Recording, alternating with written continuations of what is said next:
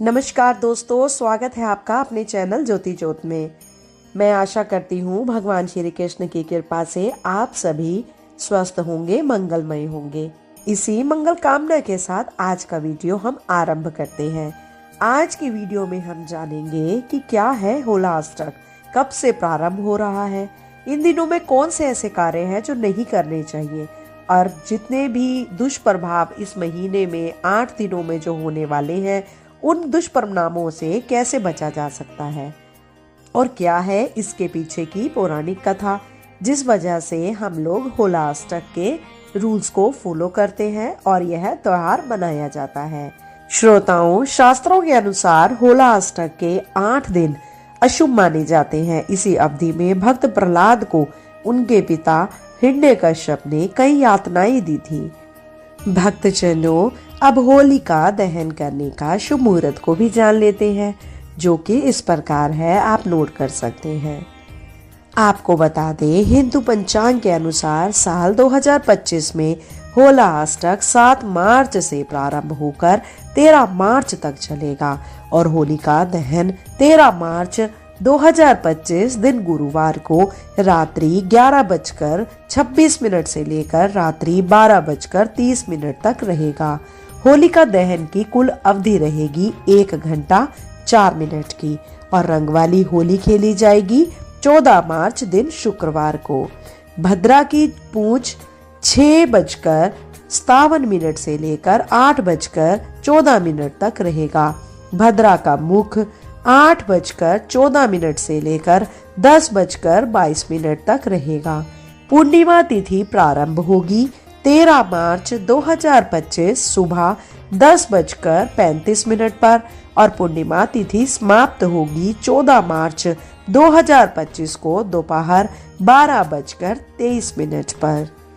मित्रों, आइए जानते हैं होला अष्टक के दौरान ऐसा कौन सा उपाय है जिसे करने से धन स्वास्थ्य में आ रही परेशानियां दूर होती हैं। ऐसी मान्यता है कि होला अष्टक के दौरान होलिका दहन की राख में नमक और राई मिलाकर घर के किसी गुप्त स्थान पर रख दें। ऐसा करने से घर में होने वाली सभी बाधाएं दूर होती हैं। होला अष्टक के दौरान यदि घर में कोई बीमार रहता है तो उसे होलिका दहन की राख को पूर्णिमा से लेकर पूर्णिमा तक प्रतिदिन 1 महीने तक माथे पर लगाने से बीमारियां भी दूर हो जाती हैं। श्रोताओं, आइए जानते हैं होला अष्टक के कुछ ऐसे विशेष उपाय जिनको करने से आप अपनी मनोकामनाओं को पूर्ण कर सकते हैं, अपनी इच्छाओं को आप पूरा कर सकते हैं। श्रोताओं, संतान की प्राप्ति के लिए यदि किसी कपल को संतान की प्राप्ति नहीं हो रही तो वह होला अष्टक में लड्डू गोपाल की विधि विधान से पूजा पाठ करे। इस दौरान हवन भी करे जिसमें गाय का शुद्ध घी और मिश्री का इस्तेमाल करें। इस उपाय को करने से निसंतान को भी संतान प्राप्त हो जाती है। अगर करियर में सफलता प्राप्त करना चाहते हैं तो आपको या फिर अपने करियर में तरक्की चाहना चाहते हैं तो होला अष्टक में यह उपाय करें। घर या ऑफिस में जौ, तिल और शक्कर से हवन कराएं। ऐसा कर आपके करियर में आने वाली सभी बाधाएं खत्म हो जाएंगी। आप जिस भी फील्ड में काम स्टार्ट करेंगे उसमें आसानी से सफलता का स्वाद आप चख सकेंगे। इसी के साथ साथ यदि आप आर्थिक रूप से कमजोर हैं या अत्यधिक धन की कामना रखते हैं तो होला अष्टक में यह उपाय जरूर करें। कनेर के फुलाए गांठ वाली हल्दिये, पीली सरसों और गुड़ के द्वारा अपने घर में हवन करें। ऐसा करने से पैसों से जुड़ी सभी दिक्कतें दूर हो जाएंगी। इतना ही नहीं, संपत्ति से जुड़े मामलों में भी आप लाभ प्राप्त करेंगे। श्रोताओं, अगर हम बात करें सेहत की, आप अपनी अच्छी सेहत के लिए यह उपाय अवश्य करें। आपको होला अष्टक में महामृत्युंजय मंत्र का जाप करना चाहिए। ये जाप करने के बाद गूगल से हवन भी करना ना भूलें। मान्यताओं के अनुसार ऐसा करने से असाध्य रोग से मुक्ति प्राप्त होती है। इसी के साथ साथ एक उपाय मैं आपको, आपके जीवन में अत्यधिक दुख है तो आप होला अष्टक में हनुमान चालीसा और विष्णु सहस्त्र नाम का पाठ करना शुरू कर दें। इससे आपके सभी दुख समाप्त हो जाएंगे। जीवन में खुशियां ही खुशियां होंगी। आपकी लाइफ सुख सुविधाओं से सज्जित होगी। श्रोताओं, आप इन छोटे छोटे उपायों को करने से अपने जीवन में काफी अधिक सुख शांति और अच्छा माहौल प्राप्त कर सकते हैं। करियर वाले अपने करियर में उन्नति प्राप्त कर सकते हैं। निसंतान का पल संतान की प्राप्ति कर सकते हैं। इसी के साथ साथ श्रोताओं, चलिए अब जानते हैं होला अष्टक की क्या है पौराणिक कथा, क्यों मनाया जाता है, क्या कहानी है इसके पीछे की। एक प्रसिद्ध पौराणिक कथा के अनुसार हिरण्यकश्यप एक असुर जाति का अत्याचारी और निर्दयी राजा था। इसके अत्याचारों से वहां की प्रजा बहुत दुखी थी। वो लोगों पर अपनी पूजा करवाने का दबाव डालता था। उसका बेटा प्रहलाद भगवान विष्णु का परम भक्त था। प्रहलाद विष्णु भगवान की साधना में हमेशा मग्न रहता था। उसकी भक्ति से हिरण्यकश्यप बहुत क्रोधित रहता था। अपने पुत्र की भक्ति को भंग करने के लिए हिरण्यकश्यप ने लगातार 8 दिनों तक प्रहलाद को कई तरह की यातनाएं दी। होला अष्टक के ये 8 दिन उन्हीं यातनाओं के दिन माने जाते हैं। यही वजह है कि इन 8 दिनों में किसी भी तरह के शुभ कार्य नहीं किए जाते। होला अष्टक के 8वें दिन हिरण्यकश्यप ने अपनी बहन होलिका को प्रहलाद को गोद में लेकर उसे जलाने को कहा। होलिका को यह वरदान मिला था कि वह आग में नहीं जल सकती, लेकिन भगवान विष्णु ने अपने भक्त प्रहलाद को बचा लिया और आग में होलिका जलकर खाक हो गई।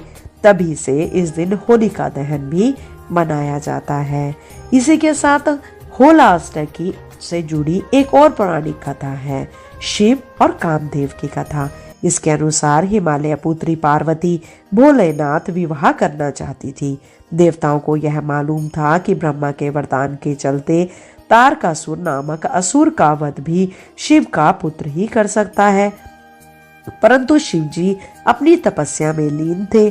तब सभी देवताओं के आग्रह पर कामदेव ने शिव जी की तपस्या भंग करने का निश्चय किया। कामदेव ने प्रेम बाण चलाकर भगवान शिव की तपस्या भंग कर दी। उसके पश्चात तपस्या भंग होने पर भोलेनाथ बहुत क्रोधित हुए और उन्होंने अपनी तीसरी आंख खोल दी। कामदेव का शरीर उनके क्रोध की ज्वाला में जलने लगा, लेकिन फिर भी कामदेव 8 दिनों तक शिव जी की तपस्या भंग करने का पूरा प्रयास करता रहा। अंत में भगवान शिव ने क्रोधित होकर कामदेव को भस्म कर दिया। तभी से यह दिन फागुन की अष्टमी के तौर पर मनाया जाता है। बाद में सभी देवी देवताओं ने भोलेनाथ को तपस्या भंग करने का कारण बतलाया। शिव जी ने पार्वती को देखा और उनकी आराधना सफल हुई और शिव जी ने उन्हें अपनी पत्नी के रूप में स्वीकार कर लिया। इसीलिए होली को सच्चे प्रेम का विजय उत्सव मानकर भी मनाया जाता है। हिंदू पंचांग के अनुसार फागुन मास का आगमन होने वाला है। इस माह में रंगों का त्योहार होली बड़े उत्साह और खुशी के साथ मनाया जाता है। फागुन मास में महाशिवरात्रि और होली के रंग बिखरने लगते हैं।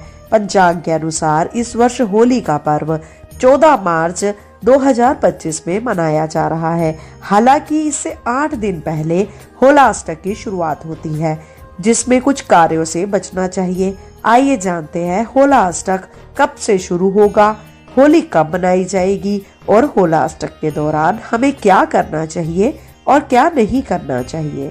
पंचांग के अनुसार इस वर्ष होला अष्टक की शुरुआत 7 मार्च दिन शुक्रवार से हो रही है। वहीं इसका समापन 13 मार्च गुरुवार को होलिका दहन के साथ होगा।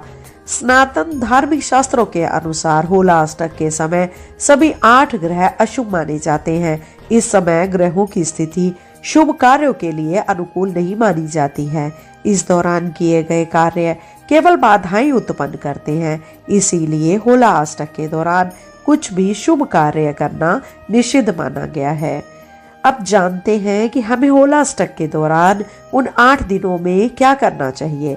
होला अष्टक के दौरान विष्णु सहस्त्र नाम, हनुमान चालीसा या महामृत्युंजय जाप मंत्र का जाप करना बहुत शुभ फलदायी माना गया है। होला अष्टक के दौरान जरूरतमंदों को अन्न, वस्त्र और धन का दान करने से शुभ फल प्राप्त होते हैं। इस दौरान पितरों की शांति के लिए तर्पण करना भी लाभकारी होता है। होला अष्टक के दौरान ग्रह शांति पूजा या जप आप करवा सकते हैं। होलाष्टक के दौरान शादी, सगाई, नामकरण, गृह प्रवेश इत्यादि शुभ कार्य नहीं करने चाहिए। होलाष्टक की अवधि में अधिक क्रोध ना करें और विवादों में ना उलझे। इसके अलावा होलाष्टक के दौरान नए मकान, दुकान या किसी नए व्यापार की शुरुआत करना भी शुभ नहीं माना जाता। होला अष्टक का समापन होलिका दहन के दिन हो जाता है। होला अष्टक के दौरान विवाह का मुहूर्त नहीं होता, इसीलिए इन दिनों में विवाह जैसा मांगलिक कार्य संपन्न नहीं करना चाहिए। नए ग्रह में प्रवेश भी इन दिनों में नहीं करना चाहिए। भूमि पूजन भी इन दिनों में नहीं किया जाए तो बेहतर है। नवविवाहितों को, जिनकी अभी अभी शादी हुई है, नया जोड़ा है, जो लड़कियां हैं, उनको मायके में रहने की सलाह दी जाती है। इसी के साथ हिंदू धर्म में 16 प्रकार के संस्कार बताए जाते हैं। इनमें से किसी भी संस्कार को संपन्न नहीं करना चाहिए।